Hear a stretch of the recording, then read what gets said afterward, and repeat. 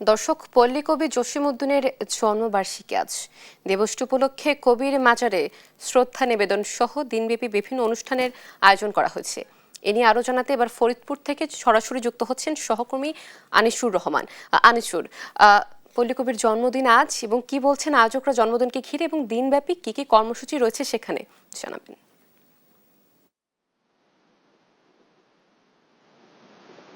আমি এই মুহূর্তে রয়েছি ফরিদপুর শহরের অম্বিকাপুর গোবিন্দপুরে কুমার নদীর পাড়ে পল্লী কবি জসিমউদ্দিনের পৈতৃক বাড়িতে। এখানে সকাল থেকেই কিন্তু পল্লী কবি জসিমউদ্দিনের ১২৩তম জন্মদিনকে ঘিরে বিভিন্ন আয়োজন চলছে। বিশেষ করে এখানে কবির কবির কবির যে কবির যে এখানে কবর রয়েছে সেখানে কিন্তু বিভিন্ন শ্রেণী পেশার মানুষ ফুল দিয়ে শ্রদ্ধা জানিয়েছেন।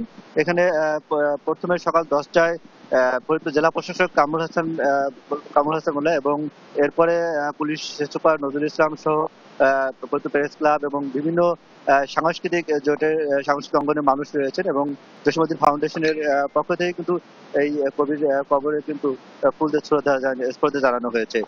এরপরে কিন্তু কবির আরো আলোচনা বা বিভিন্ন অনুষ্ঠান থাকার কথা থাকলেও দেশের বেগম জিয়ার মৃত্যুর কারণে কিন্তু সেগুলো হয়নি, ক্যান্সেল করা হয়েছে। এছাড়া আমরা ১৯০৩ সালে আজকের এই দিনে কবি ফরিদপুরের তাম্বুলখানায় কবির নানা বাড়িতে তিনি কিন্তু জন্মগ্রহণ করেছেন এবং নানা বাড়িতে তিনি জন্মগ্রহণ করেছেন। এছাড়া তিনি এই বিভিন্ন তার ছাত্র জীবন থেকে বিভিন্ন কবিতা, কাব্য এবং বিভিন্ন সাহিত্য লিখেছেন।